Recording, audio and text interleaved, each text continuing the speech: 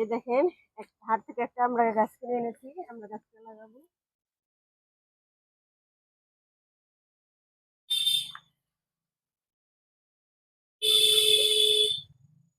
এদিকে হচ্ছে গর্ত করে নিতেছি, এখানে আমরা গাছটা লাগিয়ে দিব।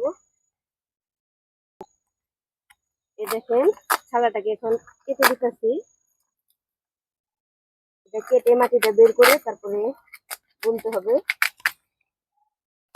ছালাটা অনেক শক্ত। গাছটা এখন মাটিতে লাগিয়ে দিতেছি।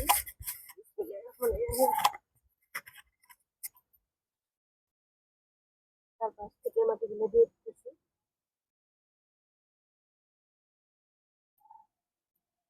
আপনারা সবাই গাছটার জন্য দোয়া করবেন, যাতে গাছটা সুন্দর মতো বড় হয়। এবার পানি এনে হালকা একটু পানি দিয়ে দিব। এখন হচ্ছে গাছের চারপাশে একটু পানি ছিটা দিয়ে দিচ্ছি।